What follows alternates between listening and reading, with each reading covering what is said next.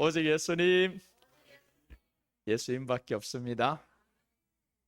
예수님의 은혜와 평강이 여러분들의 삶 가운데 충만하기를 축복합니다.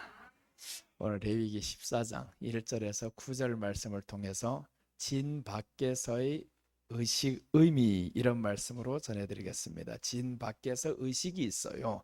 그 의미가 뭘까? 나병 환자가 이제는 병이 들었습니다. 어떻게 해야 되나? 제사장에게 가야 됩니다. 그럼 제사장은 진 밖에서 이 의식을 행한단 말이에요. 그래서 나병 환자가 준비해야 될 준비물이 있고, 거기에 따라서 제사장이 거기에 따르는 또한 해결책을 저에게 주셔야 되고, 그리고 또한 이 사람은 진영 안에 들어와서 어떻게 해야 되는지 오늘 본문 말씀을 통해서 전해드립니다. 이 14장은 나병 환자 정결 규례입니다. 어떻게 하면 이 나병 환자가 정결하게 받을 수 있고, 그 다음에 또 나아가서 집안에 생기는 곰팡이가 있어요. 이 집안에 생기는 곰팡이 뜻이 또 뭘까? 그래서 레위기 14장은 좀 어려운 장입니다. 집안에 생기는 곰팡이 규례가 또 있어요.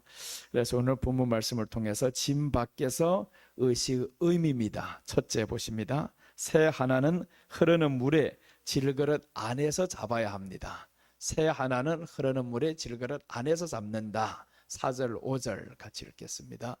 제사장은 그 정결함을 받을 자를 명령하여 살아있는 정결한 새 2마리와 백향목과 홍색 실과 우슬초를 가져오게 하고, 제사장은 또 명령하여 그 새 하나는 흐르는 물 위 질그릇 안에서 잡게 하고. 자, 제사장이 오늘 저에게 준비물을 가져오라 라고 합니다. 몇 가지를 준비해야 됩니다. 보면 새 2마리를 준비해야 되죠. 새 2마리와 백향목과 홍색 실과 우슬초를 가져오게 하고 라고 했습니다. 4가지 준비물이에요. 새는 어떠한 새냐면 정결한 새를 가져와야 됩니다. 부정한 새를 가져오면 안 됩니다. 정결한 새를 가져와야 되는데 질그릇 안에서 하나는 잡는다라고 말씀을 해요. 그리고 따라서 이제 백향목을 가져와야 된다. 홍색 실을 가져오고 우슬초를 가져와야 된다. 이렇게 4가지 준비물이 있습니다. 누구냐?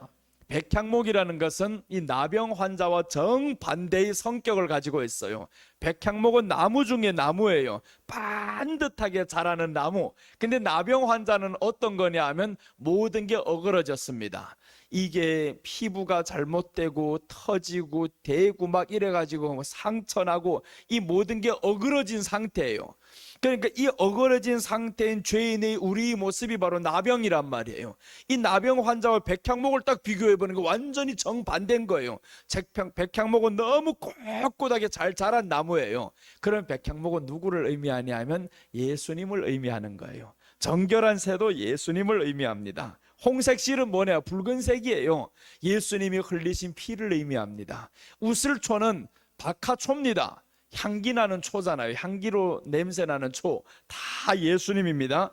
그래서 예수님의 이 여러 가지 모습을 이 사람들로 하여금 준비를 하라는 거예요. 예수님이 앞에 나올 때, 제사장에게 나올 때 백향목을 준비해라, 정결한 새를 준비해라, 우슬초를 준비해라, 홍색 실을 준비해라. 이 말씀은 예수님을 준비해야 되는데, 즉 정결한 새를 어디에서 잡냐면 질그릇 안에서 잡습니다. 질그릇 안에서 잡는다. 다른 곳에서 잡으면 안 돼요. 새 2마리를 가져왔는데 반드시 질그릇 안에서 잡아야 됩니다. 그럼 이것은 예수님의 십자가의 죽으심을 의미합니다. 예수님이 어디에서 죽냐면 골고다 언덕에서 죽습니다. 다른 곳에서 죽으면 안 되는 거예요. 질그릇 안에서 죽는다라는 것은 예수님의 골고다 언덕, 즉 십자가의 죽음으로 우리를 구원했습니다. 이런 의미예요. 오늘 새를 잡는다, 이 의미는 바로 예수님이 우리를 위해서 이렇게 죽어주시는구나. 그런데 구약의 사람들은 새를 잡았을 때 이게 무슨 의미인지 몰랐을 거예요. 우리가 새를 잡아, 나병 환자가 있으면 정결한 새를 가지고 와서 잡았어요, 드렸어요. 그러면 정결해진단 말이에요. 나병이 낫는단 말이에요. 이게 뭔 뜻이야 몰랐을 겁니다. 그런데 신약으로 와보니까 이 나병 환자가 정결한 새를 준비한다는 것은 그 새, 우리를 위해 죽어주신 예수님을 준비해야 되는구나. 그래서 십자가 달리신 예수님이 우리를 구원해 주셨음을 의미합니다. 베드로전서 3장 18절은 이렇게 말씀합니다. 그리스도께서 단번에 죄를 위하여 죽으사 의인으로서 불의한 자를 대신하셨으니 이는 우리를 하나님 앞으로 인도하려 하심이라. 육체로는 죽임을 당하시고 영으로는 살리심을 받으셨으니 단번에 죄를 위해서 죽었다. 그 새가 단번에 죽었습니다. 질그릇 안에서 단번에 죽었는데 불의한 자를 대신했다라는 겁니다. 이 불의한 자가 누구냐? 나병 환자가 아닙니까? 나병 환자 되는 우리란 말이에요. 온통 몸이나 얼굴이나 다 어그러졌습니다. 이 어그러진 자를 위해서 단번에 죽어주셨다. 이가 바로 죄를 위해서 죽어주신 예수님입니다. 우리를 위해 죽어주신 예수님의 모습을 이렇게 나병과 정결한 새를 통해서 보여주시는 겁니다. 그래서 나병은 피가 잘못되는 병입니다. 피가 잘못되는 병이니까 그 피가 우리 안에서 다 잘못되었다라는 것은 예수님의 피로 이제 우리를 깨끗하게 씻어주시는 것을 의미하죠. 그러니까 우리가 이것을 문자적으로도 가져와도 됩니다. 아, 피가 잘못되니까 나병이 되는구나. 그럼 우리 몸속에서도 피가 잘못되니까 병이 되는구나. 이런 것들이 이제 볼 수가 있죠. 그러니까 피를 정결하게 해야 된다라는 겁니다. 예수님의 피로 우리 죄를 정결하게 씻었다면 우리는 또 이제는 물로 우리들의 몸에 이 모든 나빠진 피를 또한 정결하게 씻어야 됩니다. 그러니까 피가 맑아야 되는 거예요. 피가 깨끗해야 됩니다. 두 가지를 다 볼 수가 있죠. 이 안에서 건강적인 방법도 볼 수 있고 영적인 것도 볼 수 있습니다. 영적인 나병인 우리들은 예수님의 피가 필요합니다. 구속의 은혜가 필요합니다. 그에 따라서 우리들이 피를 깨끗하게 만들 수 있는, 육체적인 피를 깨끗하게 만들 수 있는 것은 물이에요. 깨끗한 물이 들어와야 우리로 하여금 피가 깨끗하게 만들어집니다. 그러니까 피 전체가 지금 안에 물로 되어 있습니다. 97%가 물로 되어 있는데 피를 깨끗하게 하려면 물이 좋은 게 들어와야 된다라는 겁니다.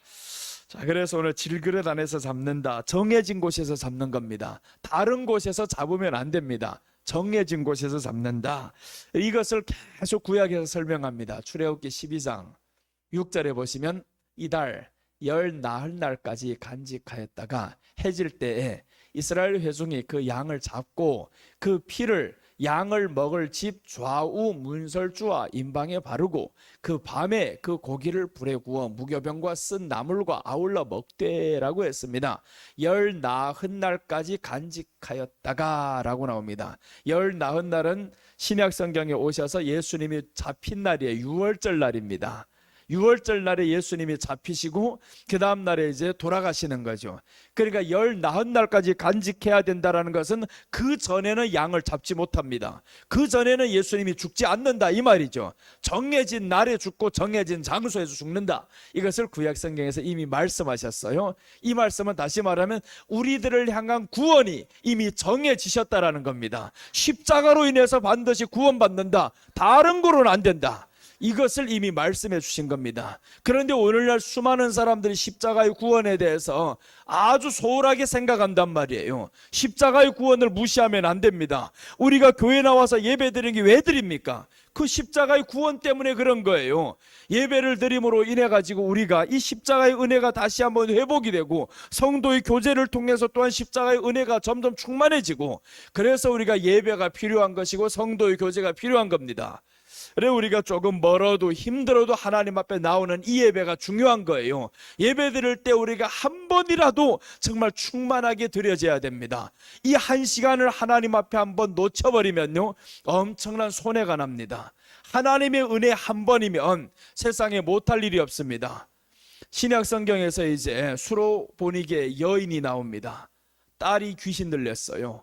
어디를 찾아가 봐도 해결이 안 됩니다. 그런데 이 여자가 아무 데 가도 안 되고 돈이 있어도 안 되고 해결을 할 수 있는 방법이 없는데 예수님이 그 동네로 오시는 겁니다. 예수님 앞에 나아가요. 그랬을 때 그분 앞에 엎드렸을 때 간구했을 때 네 딸이 나았느니라 라고 말씀을 했어요. 이게 바로 기회라는 겁니다.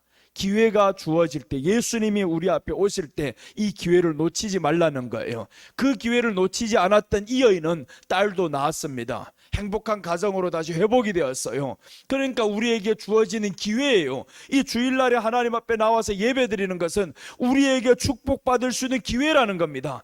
한 주간에 지으면서 살았던 모든 죄, 말로 인해서 지었고 행동으로 인해서 지었던 죄 하나님 앞에 나와서 용서받을 수 있는 기회요. 축복으로 바꿔질 수 있는 기회입니다. 이게 그러니까 이 기회를 우리는 한번 놓치지 말고 가장 예배를 충만하게 드려야 되는 겁니다.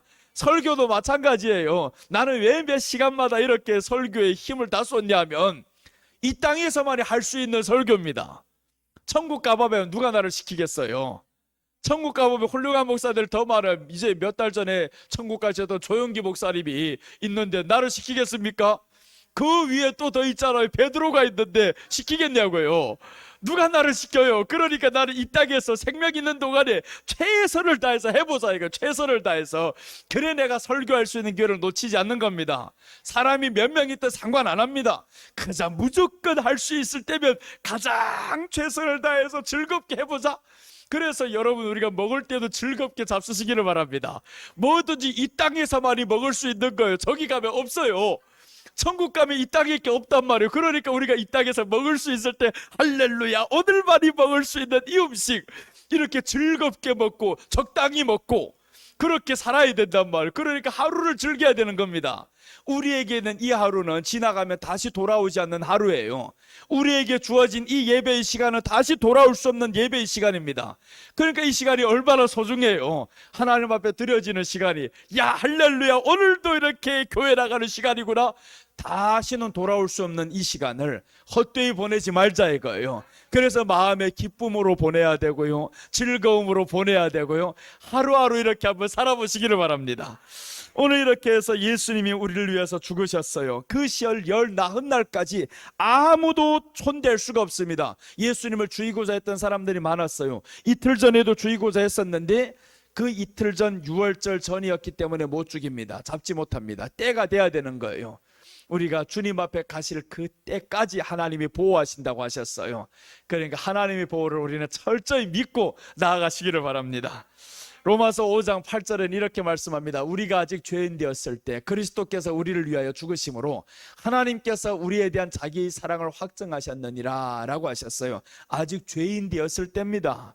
우리가 아직 죄가 가득했을 때 예수님이 우리를 위해 죽어주셨다라는 겁니다. 이것으로 인해서 하나님의 사랑이 확정되셨어요. 그럼 뭐냐 하면 내가 아무리 죄가 많다 할지언정 주님이 나를 위해 흘리신 이 피는 영원히 용서할 수 있구나라는 거예요. 내 모든 죄를 용서할 수 있구나. 그래서 죄가 많아서 지옥 가는 게 아니고 예수님의 피가 없어서 지옥 가는 겁니다.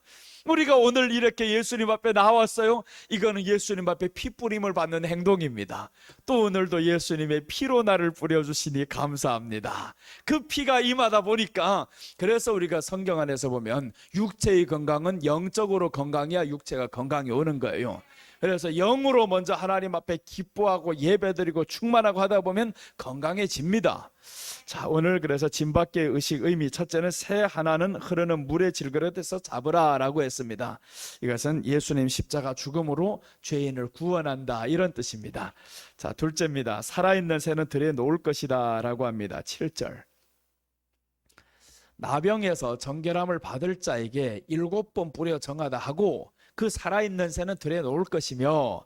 아니, 오늘 7절에서는 살아있는 새가 있으면 새 2마리를 준비를 해야 되는데 하나는 죽일 새입니다. 이 하나는 죽을 새인데 저 정결한 곳에서 저 질그릇 안에서 죽어야 될 새, 이 죽은 새의 피를 그 다음에 어떻게 해야 되냐면 7번을 뿌려야 되는 거예요. 7번을 뿌리고 그 다음에 살아있는 새는 들에 놓아라 라고 말씀했어요.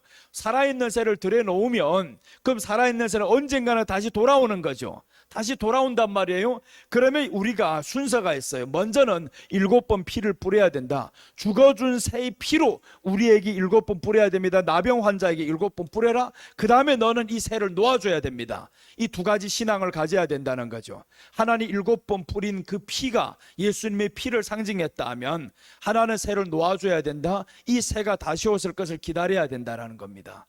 두 가지 신앙이에요. 하나는 예수님의 초림신앙, 십자가 신앙입니다. 그 십자가로 인해서 내 죄가 용서함을 받았구나. 그리고 이 하나 살아있는 새는 놓아줘야 되는 거예요. 놓아준 새는 다시 돌아오는구나. 재림 예수님. 그래서 예수님 재림으로 구원이 완성됩니다. 예수님 재림이 되어야 우리 구원이 완성이 되는 거예요. 근데 이스라엘 사람들 아마 이때 이해 안 됐을 겁니다. 새를 잡았어요. 피를 7번을 뿌립니다. 제사장도 뿌리고 이 사람은 밑에서 피를 딱딱 뿌림을 받고 피 7번 뿌리는 게 이게 무슨 뜻일까? 몰랐을 거란 말이에요. 아마 이 영적인 의미를 몰랐을 거예요. 근데 신약에 와보니까 이 7번 피뿌림이라는 것은 예수님의 흘려주신 완전한 피고 다 흘려주신 피를 의미하는구나. 피 한 방울도 남기지 않고 우리에게 흘려주신 피, 이 피뿌림을 받은 사람은 다시 무엇을 기다릴 수 있냐면 새를 놓아주는데 놓아준 새를 기다릴 수 있구나. 재림 예수님을 기다릴 수 있구나. 그래서 우리가 십자가 예수님을 믿은 사람은 재림 예수님을 다시 기다려야 된다. 이 신앙을 가져야 됨을 의미합니다. 예수님이 다시 오셔야 우리들이 구원이 완성이 됩니다. 지금은 완성이 된 게 아니에요. 우리 죄가 용서받았습니다. 그러나 계속 죄 가운데 산단 말이에요. 그러니까 사도 바울도 말씀하잖아요. 누가 이 사망의 몸에서 나를 구원하랴 라고 하는 겁니다. 그러니까 예수님이 다시 오셔야만이 우리 죄가 다 용서받는 거예요. 다 없어지는 겁니다. 그러니까 지금은 우리가 다 죄가 있어요. 다 죄가, 너나 나나 다 죄가 있습니다. 그래서 죄가 있는 게 드러난 사람은 드러났을 뿐이요, 우리는 드러나지 아니했을 뿐입니다.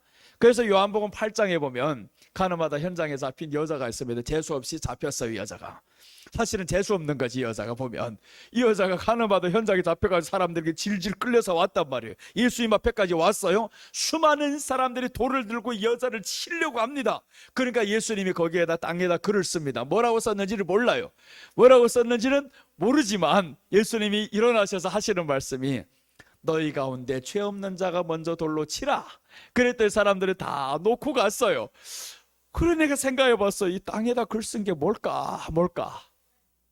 땅에다 무슨 글자를 썼길래 저들이 글을 쓴 거 보시고 나서 죄 없는 자가 이렇게 다 돌로 치려고 했던 사람들 돌을 던지고 갔단 말이에요.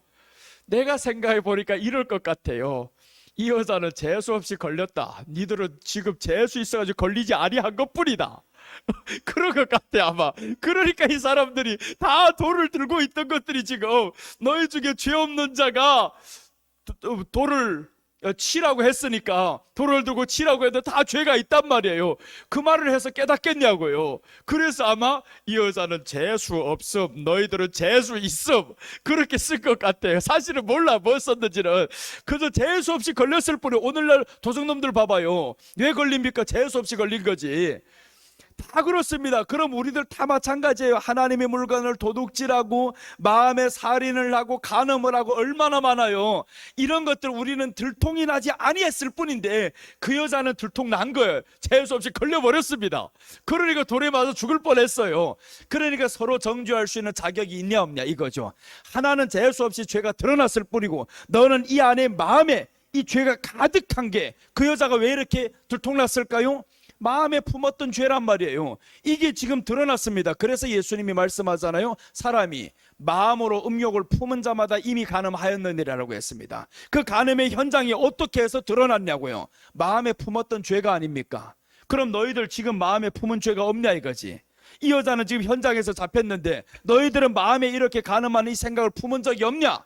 다 있다라는 겁니다. 다 있어요. 그러니까 우리가 교회 안에서는 서로 정죄하지 말라는 거예요. 그 어떤 사람도 서로 정죄해야 될 이유가 없는 것이 우리는 드러나지 아니했을 뿐입니다. 그럼 드러난 사람을 어떻게 해야 돼요? 불쌍히 여겨야지. 아유 재수도 없이 저 드러나가지고 사람에게 창피만 당하고 오히려 불쌍하잖아요. 이런 사람 그렇게 봐야 되는데 그렇게 보지 못하는 이유가 뭐냐면 나는 의인이고 너는 죄인이다. 그것 때문에 그런 거예요. 나는 죄가 없고 당신은 죄가 있어. 이것 때문에 사람을 정죄한단 말이에요. 그러니까 우리가 정죄하지 않으려면 우리도 다 죄인이었습니다. 오늘 이 말씀에서처럼 예수님께서 이렇게 우리가 아직 죄인 되었을 때 우리를 위해서 죽으신 거예요. 우리 죄가 여전히 이 땅 위에서 용서를 받아도 계속 죄 가운데서 나온단 말이에요. 그래서 예수님이 오셔야만이 이 죄가 사라집니다. 그러니까 이 살아준 새, 살아있는 새를 들여다 놓아버렸어. 이게 얼마나 중요한 겁니까? 그러니까 핏부림을 받은 이 사람은 어떤 새만 기다리겠어요? 아이고 이 새가 언제 오나 이걸 기다려야 되는 겁니다. 예수님이 우리를 위해서 죽어주셨어요. 피로 인해서 용서하셨습니다. 그런데 여전히 죄가 있어요. 이 죄가 언제 다 없어지냐고요. 완전히 죄가 없어야만이 정죄를 안 받습니다. 그러니까 예수님이 이제 다시 오셔야 되는 겁니다. 오셔야만이 우리 죄가 없어지는 거예요. 이 안에 용서받고 가림받은 게 아닙니다. 없어져야 이 사람은 죄인이 아닌 겁니다. 자, 그래서 우리 마태복음 28장 6절 한번 봅니다. 그가 여기 계시지 않고 그가 말씀하시던 대로 살아나셨느니라. 와서 그가 누우셨던 곳을 보라. 이게 살아있는 새입니다. 살아있는 새를 하나 놓아주라 라고 했는데 사실 이 새도 죽을 뻔했어요. 아니, 한쪽 새가 죽는 걸 봤단 말이에요. 이 죽는 걸 다 보고 이 피뿌림을 받은 다음에 이 새를 풀어준 거예요. 그러니까 이 새는 예수님이 부활하셔서 다시 오실 것을 의미하죠. 부활하신 예수님이 다시 오신다. 그런데 예수님이 확실히 부활하셨어요. 이 부활하신 예수님이 가실 때 말씀합니다. 너희가 본 그대로 오리라 라고 했습니다. 그래서 예수님이 우리에게 다시 오셔야만이 우리들이 구원이 완성이 됩니다. 사실 이 땅에 사는 게 너무 피곤하고 힘들어요. 모든 게 다 생각대로 되지 않을 때가 많습니다. 기도를 한다고 해가지고 생각대로 됩니까? 마음이 아픈 일이 얼마나 많아요. 교회 아니라고 그런 일이 없습니까? 수도 없이 있어요. 그러니까 이 모든 것을 벗어날 수 있는 것은 예수님이 오셔야 되는구나. 그러니까 우리가 교회 안에서 가장 바라야 될 그분이 바로 다시 오실 예수님이에요. 그래서 계시록 제일 마지막에 보면 아멘 주 예수여 어서 오시옵소서 라고 하잖아요. 그 예수님이 오셔야 됩니다. 그래야 우리들이 죄가 사라지고 이제 구원받고 그 가운데서 아무런 죄 없는 상태에서 사람을 봐야 이게 다 서로 의인처럼 보이는 거죠. 죄인이 죄인을 보니까 서로 정죄만 하게 되어 있는 거예요. 고린도전서 15장 22절 보시면 아담 안에서 모든 사람이 죽은 것 같이 그리스도 안에서 모든 사람이 삶을 얻으리라. 그러나 각각 자기 차례대로 되리니 먼저는 첫 열매인 그리스도요. 그 다음에는 그가 강림하실 때 그리스도에게 속한 자요. 먼저는 예수님이다. 그 다음에 예수님이 오실 때라는 거예요. 예수님이 강림하실 때에 그에게 속한 자요. 그러니까 예수님께 속한 자가 그때 다 일어납니다. 다 일어나고 우리들에게 있는 이 죄의 옷을 다 벗는 거죠. 드디어 죄의 옷을 우리는 벗는 겁니다. 이 옷을 벗고 산다는 게 얼마나 좋아요. 아담에게 벗겨주신 그 옷, 무화과나무 옷을 벗었던 것은 짐승이 죽었기 때문에 무화과나무 옷을 벗을 수 있었던 겁니다. 우리가 입고 있던 이 무화과나무 옷이에요. 예수님의 피로 이미 다 덮어오셨던 겁니다. 근데 무화과나무가 지금 덮여 있어요. 그 옷으로 인해 가지고 내가 입고 있던 이 옷이 덮였단 말이에요. 그런데 예수님의 오심으로 인해서 우리 안에 있던 이 무화과나무 옷이 완전히 제거되는 겁니다. 그럼 예수님밖에 남지 않는 거예요. 우리 안에 예수님밖에 남지 않고 보이는 건 예수님밖에 없어요. 그러니까 예수님 안에서 강림하실 때 그리스도에게 속한 자요라고 했습니다. 아담 안에서 죽은 것 같이 그리스도 안에서 다 살아납니다. 이제 우리는 죽은 자들이 아니에요. 살아난 자들이에요. 또 나아가서 영원히 살게 될 자들입니다. 그러니까 우리에게 소망은 천국밖에 없어요.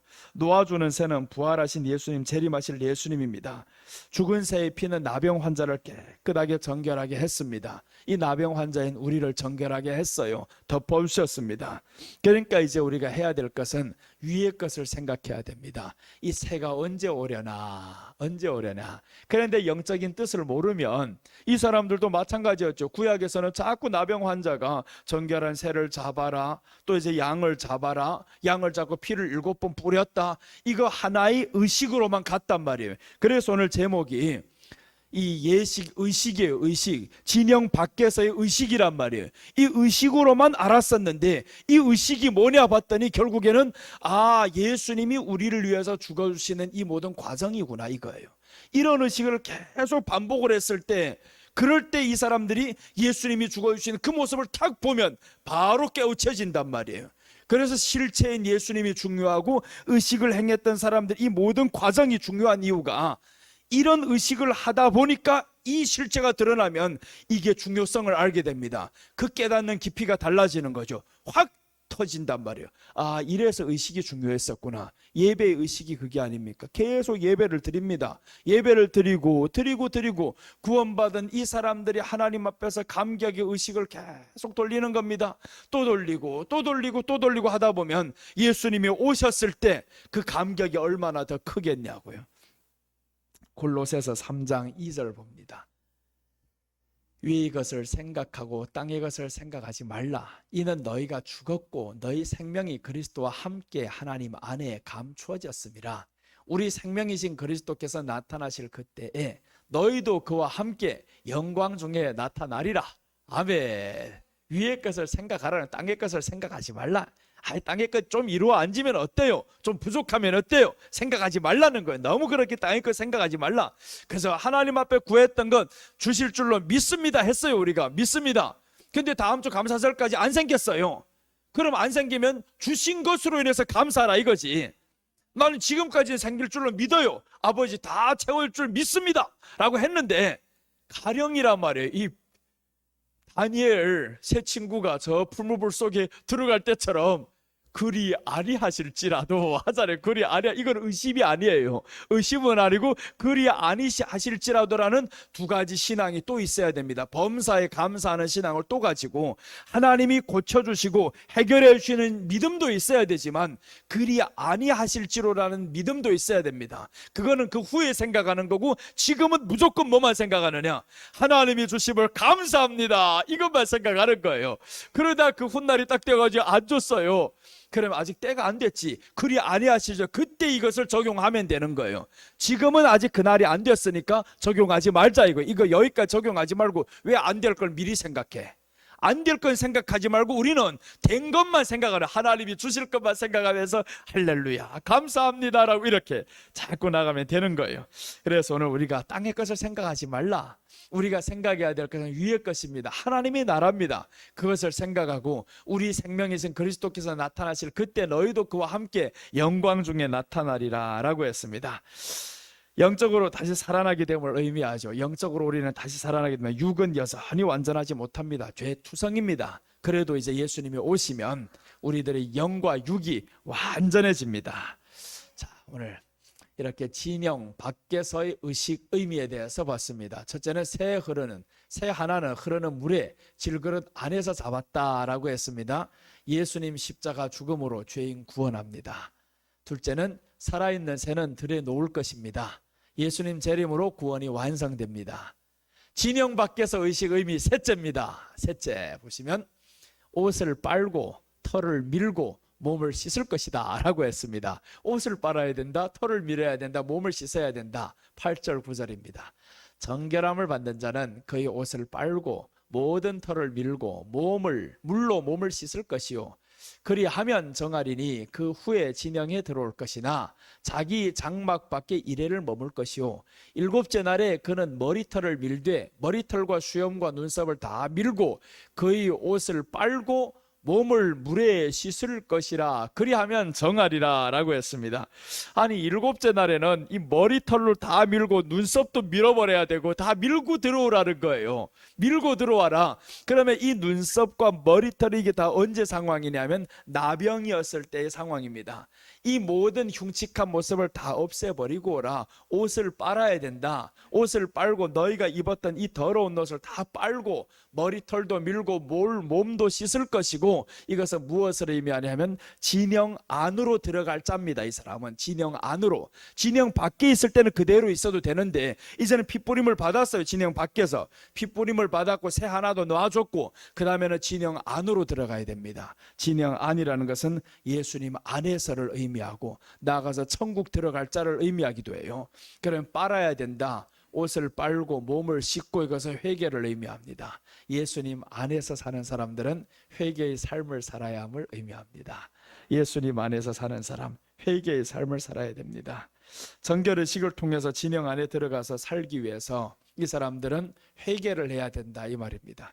그래서 정결의식이라는 게 계속 있었어요. 이런 것들을 하면서 이 사람들은 이게 회개를 의미하는 거였구나. 근데 의식만 해버리고 아무것도 안 해요? 아무 영적인 의미를 부여하지 않아요? 그러면 의미 없다라는 거예요. 영적인 의미를 모를 때 그 사람은 어떤 것도 할 수 없습니다. 그래서 드려진 이 의식 하나만은 끝난 줄로 알고 있어요. 예배, 하나님 앞에 나아가는 거 우리가 믿는 사람으로 드려야 될 의식이다. 이 정도로만 알면 영적으로 아무런 의미가 없다라 영적인 의미를 알아야 되는 거죠. 이 예배라는 의식을 통해서 영적으로 우리는 하나님과 하나가 되고 화목이 되고 용서받고 축복받고 이런 것들을 알면 예배가 얼마나 중요한 의식이라고요. 이게 대단한 의식입니다. 상상도 못할 의식인 거예요. 그래서 예배는 우리로 하여금 하나님 앞에 복받게 하는 겁니다. 이런 의식, 오늘 이 의식을 통해 가지고 이 사람들 정결하게 되잖아요. 정결하게 됐다라는 것은 예수님 앞에서 이제 우리가 회개의 삶을 살아야 된다. 회개의 삶을 살아야 됩니다. 그래서 오늘 옷을 빨아야 됩니다. 항상 옷이 더러워집니다. 진영 안으로 들어가다 보니까 옷이 빨려져야 되는 거예요. 진영 안은 천국을 의미합니다. 예수님 안에서 사는 사람들은 회개의 삶을 살아야 됩니다. 그래서 우리 안에 이 죄가 항상 있어요. 용서받았다고 죄가 없습니까? 있단 말이에요. 회개의 삶을 사셔야 됩니다. 고린도후서 7장 1절입니다. 그런즉 사랑하는 자들아, 이 약속을 가진 우리는 하나님을 두려워하는 가운데서 거룩함을 온전히 이루어 육과 영의 온갖 더러운 것에서 자신을 깨끗하게 하자라고 했습니다. 육과 영, 더러운 가운데서 우리 자신을 깨끗하게 하자, 회개하는 거죠. 어떻게 해야 깨끗하게 합니까? 회개를 내야 되지. 그래서 예수님의 이름으로, 예수님의 피로 나를 씻어주세요. 씻어주세요. 그럼 되느냐? 1차는 이렇게 하면 됩니다. 그 다음에 2차가 있어. 2차로 해야 되는데 뒤에 하나 더 봅니다. 에베소서 5장 26절, 이는 곧 물로 씻어 말씀으로 깨끗하게 하사 거룩하게 하시고 라고 했습니다. 물로 씻어, 예수님의 피로 씻고 말씀으로 우리를 깨끗하게 한다라는 거죠. 그러니까 우리가 이제는 회개를 했어요. 예수님 앞에 주여 용서해 주세요 라고 하는 것만으로 마치면 안 된다라는 겁니다. 여기에다가 말씀으로 씻어 깨끗하게 하사 말씀을 채워 넣어야 되는 거죠. 자꾸 말씀을 채워넣고 이렇게 하면 거룩하게 하시고 라고 하잖아요. 그래서 말씀으로 채워넣어야 됩니다. 말씀으로 깨끗하게 됩니다. 우리가 말씀이 이 안에 없으면 사람의 생각이 나오게 되어 있어요. 말씀으로 가득히 채워야 사람의 말이 나오지 않습니다. 시간 될 때마다 말씀을 채우고 읽고 듣고 그렇게 하시기를 바랍니다. 베드로후서 3장 10절입니다. 그러나 주의 날이 도둑같이 오리니 그날에는 하늘이 큰 소리로 떠나가고 물질이 뜨거운 불에 풀어지고 땅과 그 중에 있는 모든 일이 드러나리로다. 이 모든 것이 이렇게 풀어지리니 너희가 어떠한 사람이 되어야 마땅하냐? 거룩한 행실과 경건함으로 하나님의 날이 임하기를 바라보고 간절히 사모하라 라고 했습니다. 거룩한 행실과 경건함으로 하나님의 날이 임하기를 간절히 사모하라라는 거예요. 우리가 이제는 사모해야 될 것이 하나 있다면 예수님, 그 하나님의 날이 오기를 간절히 사모합니다. 놓아주었던 그 새가 언제나 돌아올까? 그 새를 간절히 기다리는 겁니다. 회개는 누가 할 수 있냐면 약속을 가진 자가 할 수 있습니다. 진영 안에서 들어갈 자가 할 수 있고 핏부림을 받은 자가 할 수 있는 거예요. 그러니까 오늘 여기에서도 보니까 어떤 사람이 진영 안에 들어갈 때 진영 안에 들어가는 사람이 반드시 뭘 해야 하냐면 씻어야 된다고 했잖아요. 근데 진영 안에 들어갈 자가 누가 들어가냐 하면 핏부림을 받은 자가 진영 안에 들어갑니다.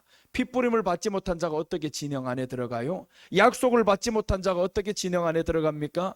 그러니까 이제 이 제사장이 가르쳐 준단 말이에요. 너희가 진영 안에 들어갈 때 이제 핏부림을 받았어요. 정함을 받았어요. 선포함을 받았단 말이에요. 근데 아직은 깨끗해진 게 아닙니다. 그런데 여기에서 몸을 씻어야 되는 거예요. 털을 밀어야 되는 겁니다. 이러고 이제 들어갈 수 있어요. 그럼 이 사람이 누구냐 하면 핏부림을 받은 자들이에요. 약속함을 받은 자들입니다. 그러니까 우리는 이제는 핏부림을 받았고 약속함을 받았고 하니까 들어갈 수 있는 이 자격을 다 갖춘 겁니다. 그러니까 이제 기다려야 됩니다. 예수님 언제 오시렵니까? 그 놓아주었던 새, 구약 성경에 놓아주었던 그 새가 예수님이 부활하시고 승천하신 이 예수님인데 이 예수님이 언제 오시렵니까? 예수님이 오면 하늘이 다 풀어지고 떠나간다고 하잖아요. 예수님이 오면 다 떠나갑니다. 하늘이 큰 소리로 떠나가고 물질이 뜨거운 불에 풀어지고 다 사라집니다. 사라지는데 그래서 우리가 부활체가 중요하다라는 거죠. 아니 이렇게 다 사라지면 우리는 어떻게 해요? 저렇게 다 타서 없어지는데 우리가 어떻게 살아요? 이런단 말이에요. 그래서 부활체가 중요한데 부활체는 이 공간 속에 있는 게 아닙니다. 이 공간을 초월해버립니다. 초월해버린다. 예수님이 공간 속에서 초월했다라는 사실을 저 다니엘을 통해서 보여주잖아요. 다니엘이 세 친구가 보세요. 불 속에 딱 들어갔는데 이 사람들 셋만 있었으면 죽었습니다. 셋만 있었으면 타서 없어져요. 근데 그 가운데 예수님이 계셔요. 예수님이 계시니까 불이 안 타게 만들었다. 이거는 공간 세계를 초월한다 이 말입니다. 우리가 살고 있는 이 공간 세계가 불이 타고 있는데도 불구하고 초월을 해야 되는 거예요. 이 몸이 초월을 해야 안 죽는 거죠. 그러니까 예수님이 오실 때는 우리가 이 공간을 초월할 수 있는 변화체로 바뀌고 저 죽었던 사람도 부활체로 일어나는 겁니다. 일어나니까 우리가 이제 공간을 초월할 수 있는 게 얼마나 감사해요. 공간을 초월하면요, 이 건물이 무너져도 우리는 다치지도 않습니다. 왜 다치지 않나? 예수님이 들어오실 때 봐봐요, 건물 안으로 들어오는데 문이 잠긴 대로 들어와 버렸잖아요. 몸에 상하지 않잖아요. 그러니까 이것들이 무너지든 말든 나하고는 상관이 없는 일이에요. 공간을 초월한 이 비밀을 우리가 갖게 된다라는 겁니다. 예수님이 오시면 이런 신령한 몸이 됩니다. 이게 얼마나 좋아요. 그래서 우리가 예수님을 기다리셔야 됩니다. 오늘 진영, 의식에서의, 진 밖에서의 의식, 의미 세 가지를 말씀드렸습니다. 새 하나는 흐르는 물에 질그릇 안에서 잡아라 라고 했습니다. 질그릇 안에서 잡아라. 예수님 십자가 죽음으로 죄인을 구원합니다. 다른 데는 구원이 없습니다. 살아있는 새는 노아 들에 놓을 것이 임했습니다. 살아있는 새는 들에 놓을 것이 임했는데 예수님 재림으로 구원이 완성이 됩니다. 재림을 사모하셔야 되고요, 옷을 빨고 털을 밀고 몸을 씻을 것이라고 했습니다. 예수님 안에서 회개의 삶을 살아야 됩니다. 이 회개의 삶은 주님의 피가 뿌려진 사람이 할 수 있는 겁니다. 그러니까 우리가 회개하고 싶은 마음, 회개가 되는 것, 이것은 다 예수님의 피가 뿌려진 사람들입니다. 기도하겠습니다. 하나님 아버지, 감사합니다. 오늘 이렇게 주님의 은혜 가운데 예배를 드릴 수 있게 되어서 감사를 드립니다. 진 밖에서의 의식, 의미를 통해서 정말 우리가 질그릇 안에서 새를 잡아야 하는데 예수님께서 우리를 위해서 죽어주심으로 우리가 구원을 받게 되었고 또한 정결하게 됨을 받게 되었습니다. 주님 감사합니다. 새 하나는 들에 놓는 것을 통해서 다시 오실 예수님을 기다려야 우리들이 구원이 완성이 된다는 것도 이 말씀을 통해서 알게 되었습니다. 이제는 오실 주님을 기다리며 이 땅의 것 조금이나마 내려놓으며 살 수 있는 저희들 되게 하여 주옵소서. 물로 몸을 씻어야 하고 털을 밀어야 하는데 육신의 이 모든 삶을 청산하는 저희들 되게 하시고 나병 같은 겉옷을 가지고 왜 이렇게 신경 써야 하는지 참 헛된 것에 우리 마음이 빼앗기지 않게 성령님께서 도와주시옵소서. 오실 주님을 사모하며 다시 오실 예수님의 이름으로 기도드립니다.